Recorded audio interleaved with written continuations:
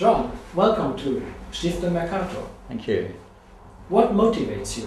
What is the force that drives you?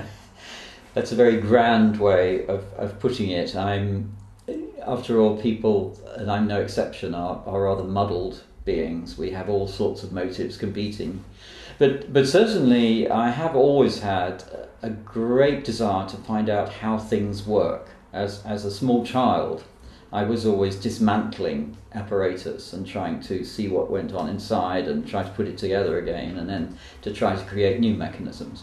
And so it's a very natural thing to become a full-time scientist as one learns more and more and sort of extends what you do with your hands to what you're doing in thought. And this really has described most of my career, but I would say latterly I've also come more and more, though only as an amateur, to wondering how human society works, and indeed being somewhat concerned about how human society is going to go on successfully and survive. And so that's really what I'm engaged in at the moment. Which responsibilities do researchers have for the future of mankind, especially in respect to the current Earth system crises and the underlying ecological challenges? I think, as always, researchers' primary duty is to do good science. There's no point in doing bad science, and certainly there's no point in doing science which is wrong or boring. So taking that as read, there is now, I think, an additional responsibility, and that's not only to address the crises, because indeed they are, but also to ensure that they're being addressed and acted upon in a global fashion. That it's not a question of exploiting the crises for the benefit of one individual or one company or one nation, but rather to try and work on these challenges and indeed opportunities, because that's what they are, for the good of everyone.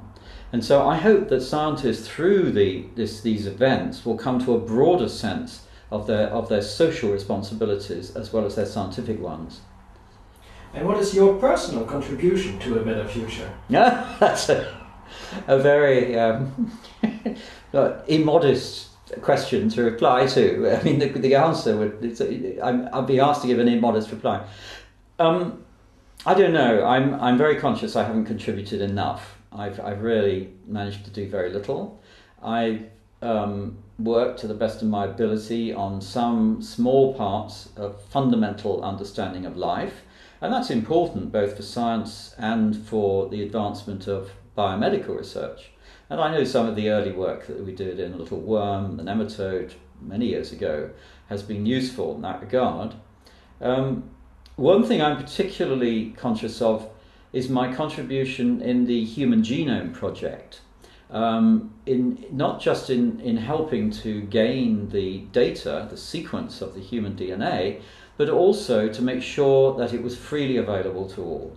And I was one of the few leaders in pushing that perspective, and we were successful, I'm glad to say. And I think what I would like to do, and I don't think I can more just encourage others to do this now, I do a little bit myself, is that I think we need to present science and discuss science as a very big and exciting project as a whole. So I think it's extraordinarily important for scientists to relate to young people especially, to the public in general, to advance science not only as being exciting in a sort of explosion and colours and lights kind of way, but also as actually the biggest, most important adventure that mankind, humankind, is embarked upon. I see the critical moment, and here we're wrapping up with perhaps all three questions. The critical moment we're at now is really whether humanity will survive, whether it will survive beyond our present century, as Martin Rees has put it in his book. And I think that it's incumbent on us to make sure we do survive. But the pull, for me, that we will survive is we have this enormous exploration ahead of us, enormous excitement of finding out not only what's in our minds, but what's in the whole universe and how we work and how it all fits together, maybe to invent new universes.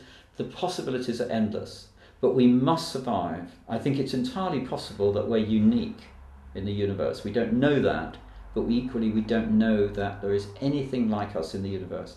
We must survive, we must follow this journey. Thank you very much.